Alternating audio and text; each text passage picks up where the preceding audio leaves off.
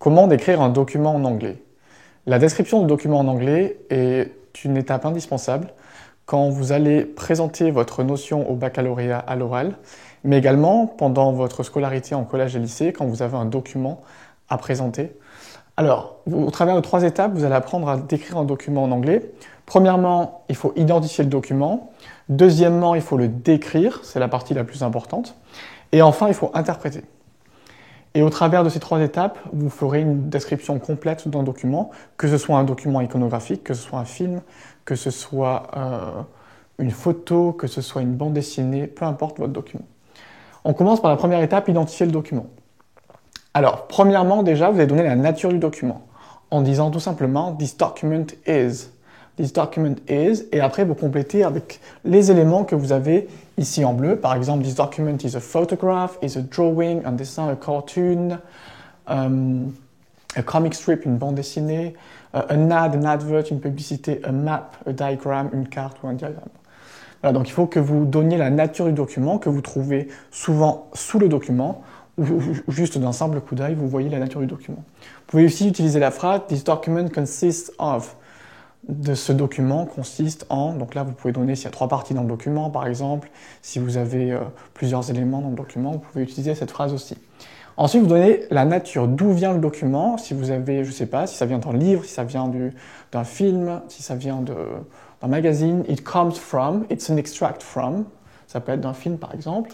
It could be seen in a magazine, it could be seen in a newspaper, it could be seen in a book. It is a shot from a film, ça peut aussi venir d'un film, it is a shot from a film. It was drawn, donc là vous utilisez la voix passive et vous dites il a été dessiné, peint ou fait par, donc là vous donnez le nom de l'artiste, ou le nom du photographe, ou le nom du cinéaste par exemple.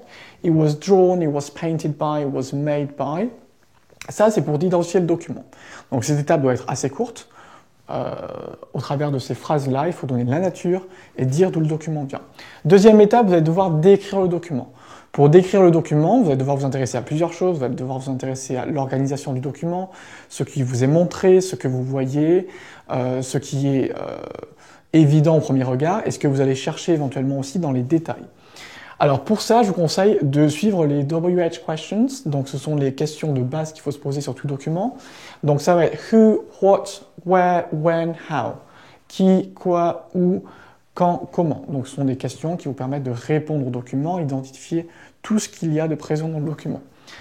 Donc pour commencer, une formule très simple, to begin with, to start with, let me first describe the layout. Describe the layout. The layout, c'est tout simplement l'organisation du document.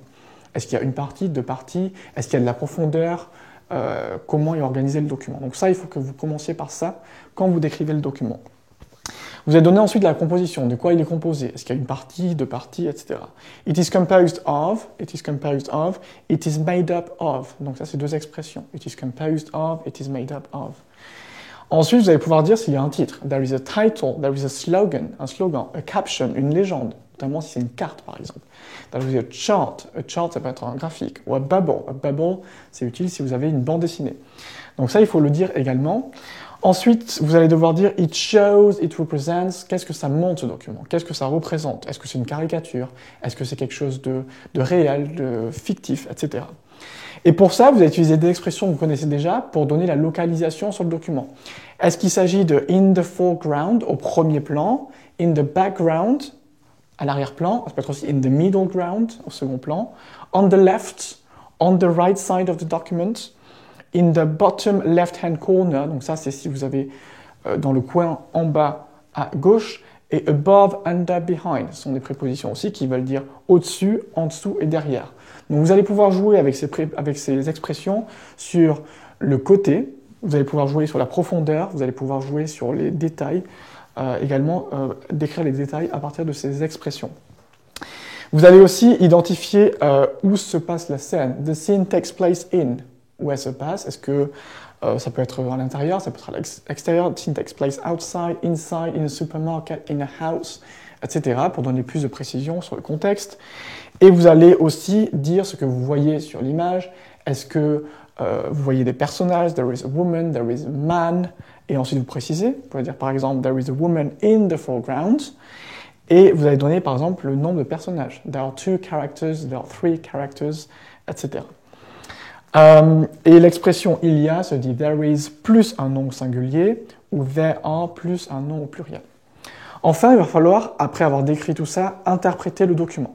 Interpréter le document, c'est ce qui vous fera passer d'une bonne description à une très bonne description. Interpréter le document, c'est voir le message véhiculé dans le document. Ça peut être le message véhiculé par l'auteur, ça peut être une critique, ça peut être une satire, ça peut être de l'humour. Il y a forcément un message derrière. Et donc, vous allez pouvoir dire tout simplement, pour commencer, s'il y a de la couleur, s'il n'y a pas de couleur, si le document est morose, si le document est triste, si ça véhicule une idée de joie, de bonheur, etc. It is colorful, the colors are dull, par exemple, pour dire que c'est coloré ou que les couleurs sont ternes. Ensuite, vous pouvez dire the characters look, là vous pouvez donner l'expression du visage des personnages. The characters, for example, look sad or look happy, as if, et là vous interprétez quand vous dites as if something bad had happened, par exemple. The artist's intention was to. Donc ça, c'est également de l'interprétation. Vous allez donner, au travers de ce que vous voyez, des expressions des personnages, par exemple, vous allez pouvoir identifier l'intention de l'artiste ou du photographe. Qu'est-ce que l'artiste a voulu montrer au travers de ce dessin, de cette photo, par exemple. The artist's intention was to show, to criticize, voilà, de montrer, de critiquer, to criticize, to give a satire, faire la satire, etc. Et enfin, vous allez finir par votre opinion personnelle. À partir du moment où vous avez décrit le document, vous avez identifié et interprété les différents éléments, vous allez pouvoir donner votre opinion. Par exemple, I think that, my opinion is that. In my opinion, to my mind, this document represents, shows that. Et vous dites pourquoi vous aimez, pourquoi vous n'aimez pas. I like this document, I don't like it because. Et vous expliquez votre opinion. Voilà comment vous pouvez, au travers de ce rappel, décrire, d'abord identifier, décrire et ensuite interpréter un document. Et si vous respectez ces 3 étapes-là, vous ferez une bonne description qu'on attend de vous en fin de terminale lorsque vous décrivez un document.